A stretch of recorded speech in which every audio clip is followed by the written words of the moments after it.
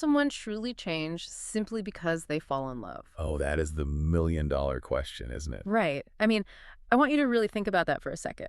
Can a person completely rewire their fundamental nature, override their darkest impulses and just reconstruct their entire moral compass just because they are seen and loved by another human being? It is the ultimate philosophical question. Yeah.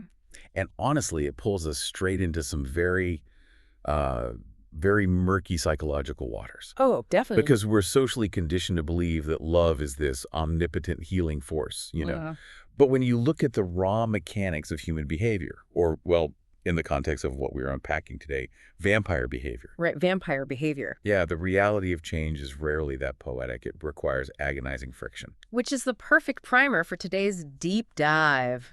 Welcome in, everyone. Today we are unpacking one of modern television's most defining, culturally massive, and I would say fiercely debated romances. Oh, fiercely is the right word. Yeah.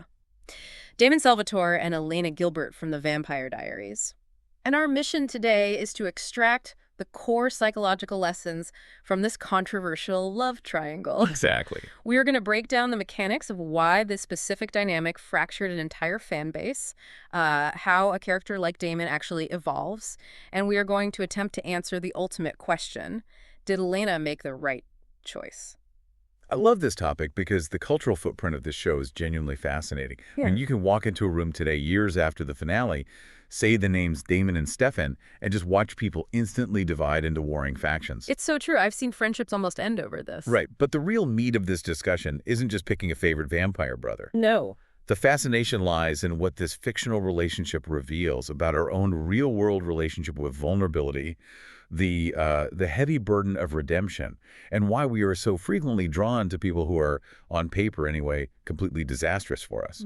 Completely disastrous. So let's start with the disaster himself, right? Because you really cannot understand why their love story altered the DNA of the show without understanding the baseline Damon Salvatore brings to the table. You really can't. And let's be honest, if Damon was on a modern dating app, his bio would be a literal flashing red warning sign. It would just say run. Exactly. Run away. I mean, he is deeply charismatic, yes, but he is also wildly unpredictable, violently impulsive, and he just carries this staggering amount of unresolved trauma. So my question is, why do audiences instantly gravitate towards someone who is essentially a walking hazard? Well, it comes down to a psychological concept called the repetition compulsion. Okay. When we meet Damon, his entire worldview is dictated by the immense trauma of his past relationship with Catherine. She manipulated his devotion and utterly destroyed his capacity to trust. Yeah, she really did a number on A him. massive number. And from a behavioral standpoint, when someone experiences that level of emotional devastation, they often subconsciously recreate the dynamics of that trauma. Yeah. Oh, interesting. Why do they do that? In an attempt to finally control or fix it, basically, Damon's response to his heartbreak was to just shut off his empathy completely and use casual cruelty as a Kevlar vest. So he isn't just like a bad boy for the aesthetic. The cruelty is a calculated defensive mechanism. Precisely. And the audience picks up on that vulnerability almost immediately, Right. We know he is capable of shocking violence.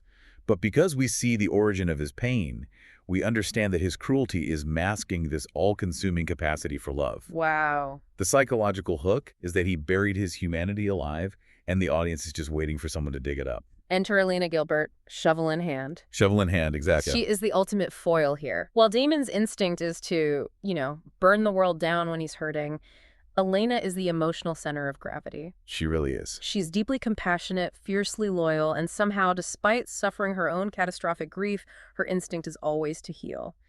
But I have a major theory about her, and I want you to dissect it. All right, let's hear it. Okay, let's unpack this. I think calling her an anchor is too passive. I think Elena is the emergency responder running directly into a burning building while everyone else is running out. Oh, that's a great analogy. Thanks. But why? Like, is she just a glutton for punishment? Why run toward a guy who has repeatedly proven he is dangerous? Was Damon always redeemable deep down? Or did Elena's influence actively rewire his nature? See, that is where the dynamic shifts from a simple opposites attract trope into something far more complex. Okay. It isn't that she is a glutton for punishment. It's that she operates on a psychological principle akin to the Pygmalion effect. The Pygmalion effect. Yeah. It dictates that high expectations lead to improved performance in a given subject. Oh. So, Elena doesn't look at Damon and see a monster.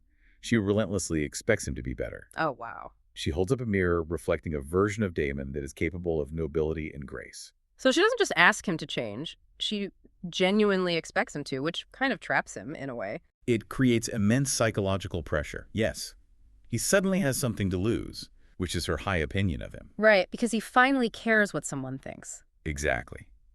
He possesses the capacity for goodness, but it had been deeply corrupted.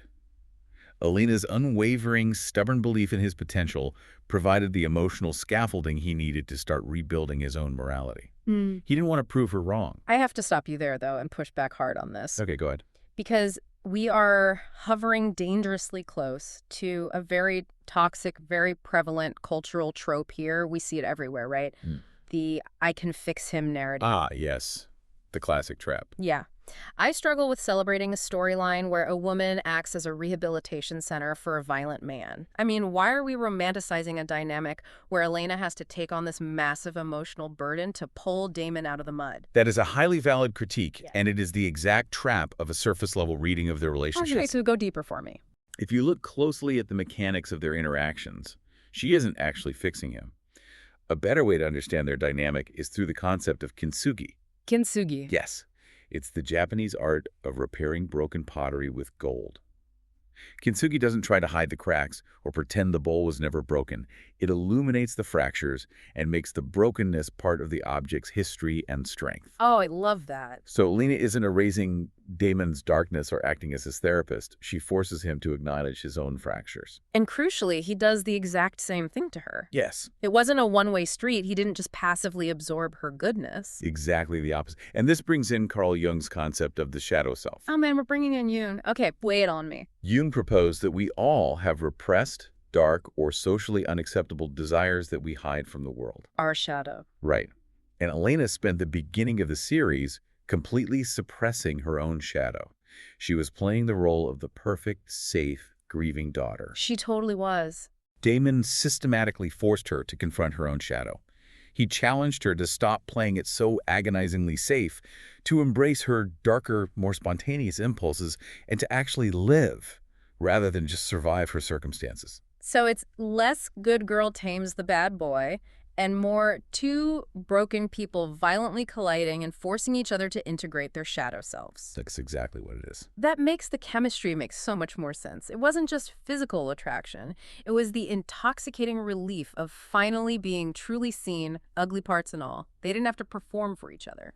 The emotional vulnerability is the absolute core of their connection. I mean, they had that rapid-fire, sarcastic banter that initially allowed them to communicate safely behind a wall of wit. Yeah, they were always sparring. But underneath that, the crucible of their relationship was mutual growth born out of constant friction. You really can't evaluate that friction, though, without analyzing the alternative. Ah, here we go.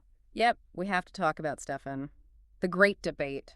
The rivalry that launched 1,000 internet arguments and fractured a fan base. It is the defining love triangle of modern television. Because it isn't just about two handsome guys fighting over a girl. Not at all.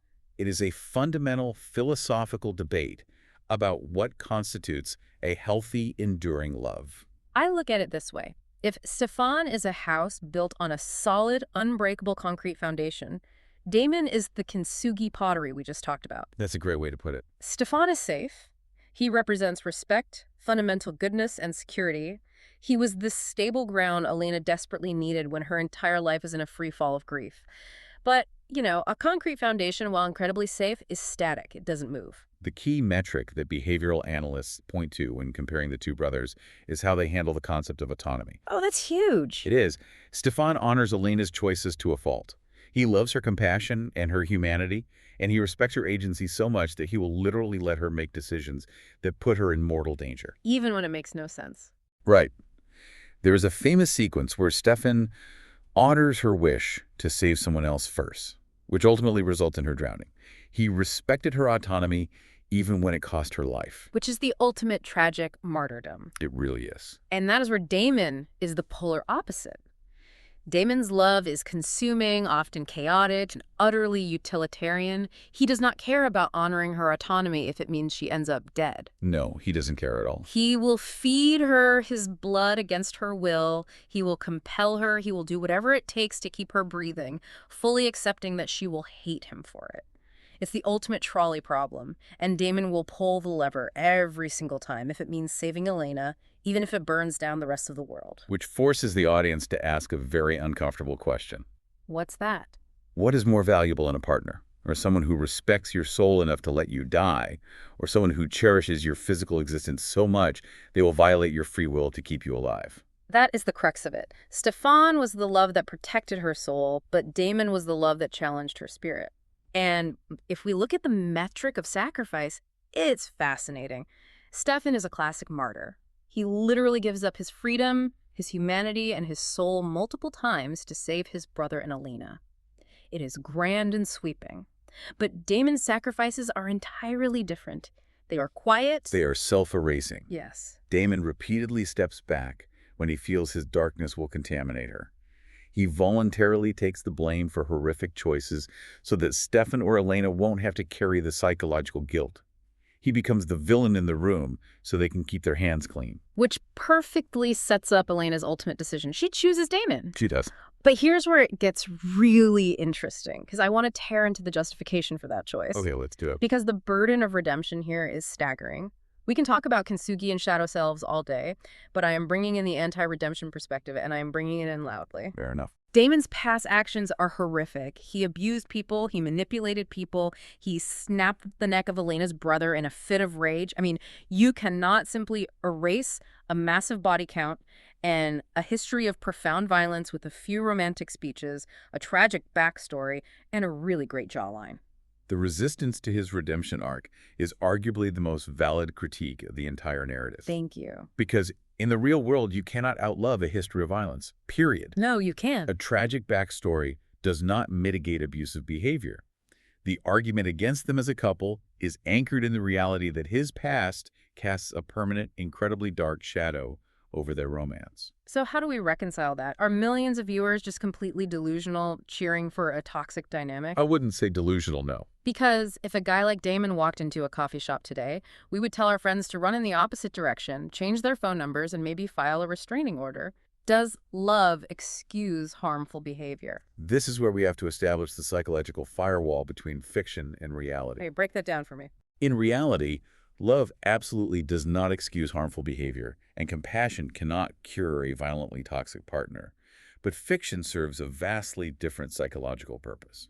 Storytelling is a laboratory. A laboratory. I like that. Yeah, it is a completely safe sandbox where human beings can explore the extreme, dangerous boundaries of emotion without any real-world consequences. It's the thrill of the danger without the actual threat. Exactly. Through the lens of Damon and Elena, the audience gets to indulge in the ultimate fantasy of absolute redemption. We get to explore the romantic ideal that love is so profoundly powerful it could literally tame a monster. Which is a very seductive idea. It is. Fiction allows us to process our own guilt, our own desire for forgiveness, and our own secret hopes that our darkest flaws do not disqualify us from being loved. We can safely project all of that onto a vampire on a television screen. That makes total sense. We aren't watching the show to learn how to communicate in a healthy marriage. No, definitely not. We are watching it to vicariously experience the raw, messy, high-stakes, emotional intensity of radical transformation. It is an exploration of the human desire to be seen completely at our absolute worst and still be chosen. Which is the core thesis of their entire narrative arc. It teaches us about the agonizing reality of change. Becoming a better person isn't a linear, magical process triggered by a kiss. Right. It's messy. Damon fails. Repeatedly, he regresses. But the story highlights the depth of loyalty required to stand by someone while they do the ugly work of evolving. It explores the deeply imperfect reality of choosing love despite seemingly insurmountable baggage. So, if we are delivering a final verdict based on the psychological mechanics we just broke down, did Elena make the right choice? Was Damon Salvatore actually worth the catastrophic effort? From a narrative and psychological standpoint, absolutely. Really? Yes. Damon's evolution is the emotional engine of the series. His transition from an impulsive villain to a man capable of genuine selfless love provides the core tension that keeps the story moving. That's true. Without him, it's a very different, much more boring show. Exactly. As for Elena's choice, well, she ultimately chose the brother who aligned with the woman she had become, rather than the traumatized girl she was when the series started. Oh, that's profound. Stefan was the perfect partner for the grieving human who needed safety. Damon was the perfect partner for the empowered, slightly darker character she evolved into. Her choice was simply a reflection of her own internal transformation. I think I am fully on board with that assessment. Stefan was the safe harbor she needed to survive the darkest chapter of her life. But Damon was the storm that forced her to learn how to sail so she could actually live the rest of it. I couldn't have said it better myself. Which brings us right back to the philosophical question we opened with. Can someone truly change because they fall in love? The answer, it seems, isn't that love itself acts as a magical cure. The reality is that love simply gives a person the reason, the terrifying vulnerability, and the courage to finally do the grueling work of changing themselves. It's the catalyst, not the cure. Exactly. And with that, I want to turn this over to you, the listener. We want you to reflect on your own psychological leanings. Drop an answer in the comments for us. Are you Team Damon or are you Team Stefan? But more importantly, based on everything we just analyzed today about the Pygmalion effect, the shadow self, the value of safety versus the thrill of transformation, why is that your choice? What does your choice say about the way you view redemption in your own life? It is always incredibly revealing to realize what we prioritize when we are forced to choose between the safety of the concrete foundation and the transformative fire of the kintsugi bowl. I love that. Thank you so much for joining us on this deep dive. It has been an absolute blast unpacking the psychology of this cultural phenomenon with you all. Keep questioning, keep analyzing, and we will see you on the next one.